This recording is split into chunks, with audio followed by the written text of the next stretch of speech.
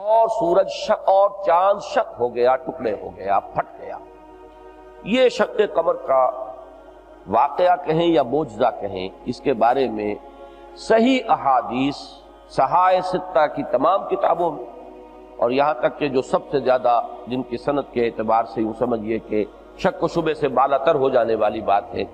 یعنی صحیحین، صحیح بخاری اور صحیح مسلم دونوں کے اندر بھی یہ احادیث موجود ہیں، اور کبار صحابہ سے وہ مروی ہے۔ حضرت علی رضی اللہ تعالیٰ عنہ ان میں شامل ہیں، عبداللہ ابن مسعود ان میں شامل ہیں، عبداللہ ابن عمر ان میں شامل ہیں، حضرت حذیفہ رضی اللہ تعالیٰ عنہ ان میں شامل ہیں۔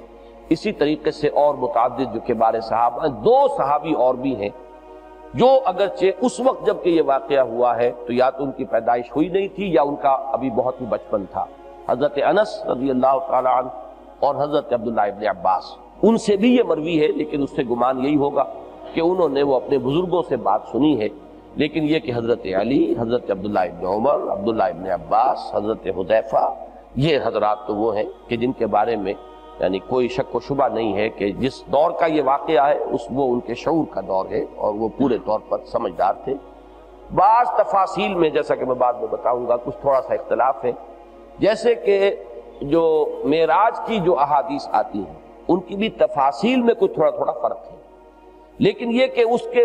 یعنی ایک واقع ہونے کے بارے میں ہم یہ کہہ سکتے ہیں کہ کسی شک و شبے کی گنجائش نہیں۔ اتنی یعنی وہ احادیث اور اتنے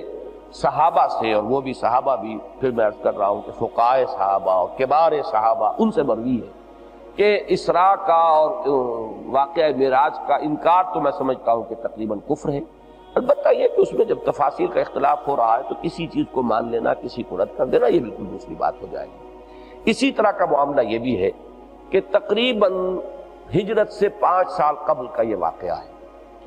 اور اغلباً مینا کی وادی میں حضور صلی اللہ علیہ وسلم اس وقت تھے اور کچھ اور لوگ بھی تھے۔ غالباً اس سے یہ مترشح ہوتا ہے کہ موسم حج ہوگا کہ جس میں لوگ جو ہے مینا میں جمع ہوتے ہیں۔ اس وقت یہ واقعہ پیش آیا ہے کہ چاند کے 2 ٹکڑے ہوئے، دونوں ایک دوسرے سے علیحدہ ہوئے، اور یہاں تک بھی الفاظ آئے ہیں اور یہی مجھے زیادہ موضوع نظر آتے ہیں۔ اس کی پوری جو واقعات کی جو تفصیل ہے اس میں جو فٹ بیٹھتا ہے کہ ان میں سے ایک جو ہے وہ غار حرا کے ایک جانب، دوسرا غار حرا کی دوسری جانب نظر آیا، اس لیے کہ جبل نور جس پر غار حرا ہے یہ مینا کی وادی کا جو دہانہ ہے اس کے بالکل قریب واقع ہوا ہے۔ اس وقت حضور صلی اللہ علیہ وسلم نے لوگوں کو متوجہ کیا اور فرمایا کہ گواہ رہو کہ یہ واقعہ ہوا ہے۔ اس حد تک تو معاملہ متفق علیہ ہے، بالکل اس میں کسی شک و شبے کی گنجائش نہیں۔ لیکن اب اس میں یہ کہ 2 امکانات ہیں، ایک تو یہ کہ یہ واقعہ از خود ہوا ہو، بلکہ میں عرض کروں گا کہ 3 امکانات ہیں۔ ایک تو یہ کہ از خود ایک واقعہ ہو گیا، عظیم واقعہ ہو گیا اور حضور نے اس کی طرف توجہ دلا دی، اس کا بھی امکان موجود ہے۔ اس کا بھی امکان موجود ہے کہ کفار نے، مشرکین مکہ نے، جبکہ حضور صلی اللہ علیہ وسلم کی دعوت و تبلیغ میں مصروف تھے، کوئی نشانی طلب کی ہو بغیر تعیین کے کہ کوئی نشانی دکھائیے، اور حضور صلی اللہ علیہ وسلم نے ان کے اس مطالبے کے جواب میں اپنی انگلی سے انگشت شہادت سے اشارہ کیا اور وہ چاند 2 ٹکڑے ہو گئے۔ تیسری شکل یہ ہے کہ انہوں نے خاص اسی معجزے کا مطالبہ کیا ہو کہ ہمیں اچھا اگر آپ اس بات کے مدعی ہیں کہ آپ اللہ کے رسول ہیں تو پھر ذرا اس چاند کو 2 ٹکڑے کر کے دکھا دیجئے، تعیین کے ساتھ مطالبہ کیا گیا ہو اور اسی معین مطالبے کو پورا کیا گیا۔ یہ 3 امکانات ہیں نظری طور پر۔ اس میں یہ کہ آخری امکان جو ہے وہ تو کہیں ثابت نہیں ہوتا، اور وہ چیز قرآن مجید کی بہت سے نصوص کے بھی خلاف ہے۔ سورہ بنی اسرائیل میں ہم وہ پڑھا ہے آیات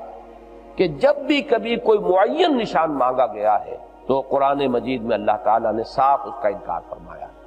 جب انہوں نے کہا تھا کہ لن نؤمن لک حتی تفجر لنا من الارض ينبوعا او تکون لک جنۃ من نخیل وعناب فتفجر انہارا خلالها تفجیرا۔ تو یہ متعدد جو تعین کے ساتھ انہوں نے کہ یہاں ابھی اس مکے کی وادی غیر ذی زرع میں ایک باغ دفعتاً جو ہے لہلہانے لگے، اگر آپ یہ کر دیں تو ہم آپ کو مان لیں گے اللہ کے رسول ہیں۔ یہاں چشمے بہا کے دکھا دیجئے، ہم مان لیں گے آپ اللہ کے رسول ہیں۔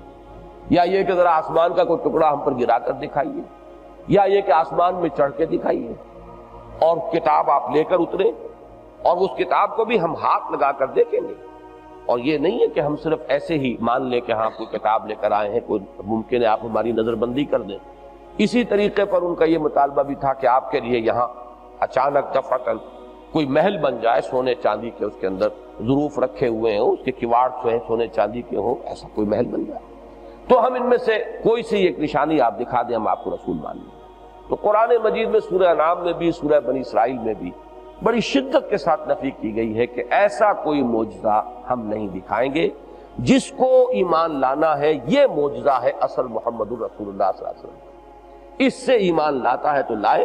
اور اگر نہیں لاتا ہے تو وہ جدھر چاہتا ہے وہ ادھر کا راستہ لے، ہم وہ معجزہ نہیں دکھائیں گے۔ تو یہ بات تو میرے نزدیک ان آیات کی روح سے بھی، دوسرے یہ کہ ان احادیث میں بھی کہیں بھی یہ صراحت نہیں ہے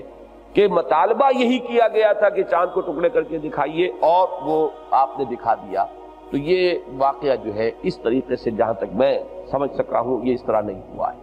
اور اسی لیے پھر بہت سے حضرات اس سے معجزہ نہیں کہتے۔ معجزہ اصل میں اس شے کو کہتے ہیں کہ جو کسی مطالبے پر دکھایا جائے اور اس میں تحدی اور چیلنج کا ایلیمنٹ ہو، یہ میں کر کے دکھاتا ہوں، تم بھی اس کا مقابلہ کر کے دکھاؤ۔ جیسے کہ حضرت موسیٰ علیہ السلام کا معجزہ جو تھا عصا کا، اب اس کا مقابلہ ہوا اور مقابلے میں حضرت موسیٰ علیہ السلام جو ہیں وہ میدان میں اترے۔ تو تحدی، ایک چیلنج کا ایلیمنٹ ہونا اور اس تحدی اور چیلنج کے نتیجے میں اس کا دکھانا، پھر اس میں ایک چیلنج جوابی ہونا، یہ اصل میں وہ چیز ہے کہ جس پر 100% لفظ معجزہ کا اطلاق ہوگا۔ اس لیے کہ معجزے کے معنی کیا ہے؟ عاجز کر دینے والی شے۔ تو عاجز کر دینے والی شے کا تو مطلب یہ کہ پہلے کوئی چیلنج ہونا چاہیے، کوئی تحدی ہونی چاہیے، اور پھر یہ کہ ثابت ہو جائے گا کہ صاحب اس مقابلے سے عاجز آ گئے۔ اس اعتبار سے اس قرآن مجید پر معجزے کا اطلاق 100% درست ہے، اس لیے کہ متعدد مقامات پر قرآن مجید میں چیلنج دیا گیا۔ تم ایسی ایک کتاب بنا کر لا کر دکھا دو، سورہ بنی اسرائیل میں بھی ہے، قُلْ لَئِنِ اجْتَمَعَتِ الْإِنسُ وَالْجِنُّ عَلَىٰ أَن يَأْتُوا بِمِثْلِ هَٰذَا الْقُرْآنِ لَا يَأْتُونَ بِمِثْلِهِ وَلَوْ كَانَ بَعْضُهُمْ لِبَعْضٍ ظَهِيرًا۔ پھر یہ بھی فرمایا گیا کہ 10 صورتیں قرآن جیسی بنا کے دکھا دو۔ پھر اس سے بھی برسبیل تنزل اور نیچے اتر کر کہا گیا ایک صورت ہی تصنیف کر کے لے آؤ، اور ایک صورت آپ کو معلوم ہے سورۃ العصر بھی ایک صورت ہے، سورۃ الکوثر بھی ایک صورت ہے، تو 3 آیات پر مشتمل ہی کوئی صورت جو ہے ایسی بنا کر لے آؤ۔ اور اس کو دہرایا گیا ہے، یہ سورہ یونس میں بھی آیا ہے اور پھر اس کو بڑے ہی یعنی پرجلال انداز میں سورہ بقرہ جو مدنی صورت ہے اس کے اندر پھر دہرایا گیا ہے، وَإِن كُنتُمْ فِي رَيْبٍ مِّمَّا نَزَّلْنَا عَلَىٰ عَبْدِنَا فَأْتُوا بِسُورَةٍ مِّن مِّثْلِهِ وَادْعُوا شُهَدَاءَكُم مِّن دُونِ اللَّهِ إِن كُنتُمْ صَادِقِينَ۔ جو بھی تمہارے مددگار ہو اللہ کے سوا، جنات میں سے، انسانوں میں سے، شعراء، ادباء، خطباء، سب کو جمع کر لو، سب سے مدد حاصل کر لو اور مقابلہ کر لو۔ تو در حقیقت محمد الرسول اللہ صلی اللہ علیہ وسلم کا سب سے بڑا معجزہ کہہ لیجئے، یا میں بلکہ زیادہ پریفر کروں گا کہ اصل معجزہ قرآن حکیم۔ باقی خرق عادت کہ کہیں کوئی عام طبعی قانون کے خلاف کوئی چیز ہو جائے، یہ خرق عادت کہلاتا ہے کہ عادی قانون جو ہے، جو نارمل فزیکل لاز ہیں، وہ بریک ہو، وہ ٹوٹ جائیں، اور اس کے ٹوٹنے سے کوئی اللہ تعالیٰ کی شان جو ہے، اس کی قدرت کی شان جو ہے ظاہر ہو جائے، یہ خرق عادت ہے۔ یہ خرق عادت اولیاء اللہ کے لیے بھی ثابت ہے، اور ان کے لیے پھر ہم کو کرامات کہتے ہیں۔ اللہ تعالیٰ اپنے کسی نیک بندے کے لیے ایسی کوئی بات جب چاہے کر سکتا ہے، اور جب یہ ہوتے ہیں رسولوں اور نبیوں کے تو ان کو بھی معجزات کہہ دیا جاتا ہے۔ لیکن میرے نزدیک یہاں لفظ معجزہ کا اطلاق جو ہے وہ مجازی ہے، حقیقی نہیں۔ حقیقی اطلاق جو ہے اس کا 100% درست وہ اسی پر ہوگا جس میں چیلنج کا ایلیمنٹ شامل ہے، ورنہ بغیر چیلنج کے کوئی عام خرق عادت واقعہ ہو جائے تو یہ ایک طرح کی کرامات ہے، لیکن جب کرامات کا معاملہ جو ہے وہ نبی کے ساتھ ہوگا تو وہ پھر معجزے کے لفظ کا اس پر اطلاق ہو جائے گا، جبکہ غیر نبی کے لیے اسے صرف کرامت کہا جائے گا۔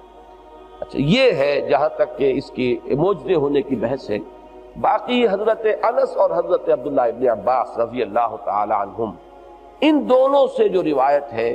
اس میں کچھ اس کی صراحت ملتی ہے کہ اس کا مطالبہ کیا گیا تھا کہ ہمیں کوئی نشانی دکھائیے۔ کبار صحابہ جن کے میں نے نام 2 مرتبہ آپ کو پہلے گنوائے ہیں، ان میں سے کسی کی روایت میں اس کی صراحت نہیں ہے، لہذا حضرت انس چونکہ اس وقت غالباً پیدا بھی نہیں ہوئے تھے، وہ تو جب حضور صلی اللہ علیہ وسلم ہجرت فرما کر تشریف لے گئے مدینہ منورہ تب ان کی والدہ نے ان کو پیش کیا حضور کی خدمت میں کہ یہ آپ کے پاس رہے گا اور آپ کی خدمت کرے گا، اس وقت غالباً ان کی عمر 9 برس تھی، تو گویا کہ 4 برس کی عمر ان کی اس وقت بن سکتی ہے کہ جب کہ یہ واقعہ ہوا ہے، اور وہ مدینے میں تھے اور یہ معاملہ جو ہوا ہے وہ مکے میں ہوا۔ تو ان کے لیے یہ چیز کسی اور سے سنی ہوئی ہے، اور سنی ہوئی چیز کے اندر کچھ تھوڑا بہت فرق واقع ہو جانا قرین قیاس ہے۔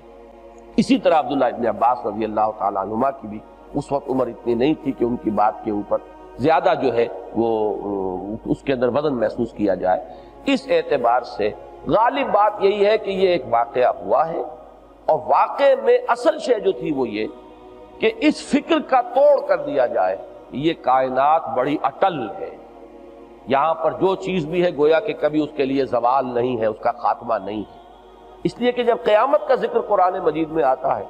پہاڑ جو ہے وہی تبر بر السحاب، یہ پہاڑ جو ہے یہ ایسے ہوں گے جیسے روئی کے، یہ دھنکی ہوئی روئی کے گالے ہوں۔ یہ بات جو ہے آج انسان کی سمجھ میں نہیں آ سکتی۔ یا یہ کہ چاند جو ہے وہ سورج میں دھنس جائے گا، جمع الشمس والقمر، یا یہ آسمان پھٹ جائیں گے، ستارے جھڑ جائیں گے، گر جائیں گے۔ اب یہ وہ چیزیں ہیں کہ جو چونکہ یہ دنیا جیسی کچھ ہمیں نظر آتی ہے بڑی مستحکم ہے، یہاں پر اس قسم کے واقعات کا وقوع جو ہے عام حالات میں انسان کے لیے ناقابل قیاس ہے۔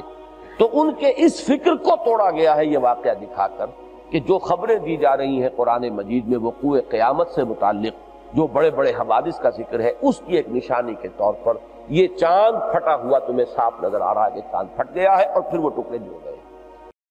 دین کی بات پھیلانا صدقہ جاریہ ہے۔ ثواب کی نیت سے ویڈیو کو شیئر ضرور کیجیے۔ جزاک اللہ۔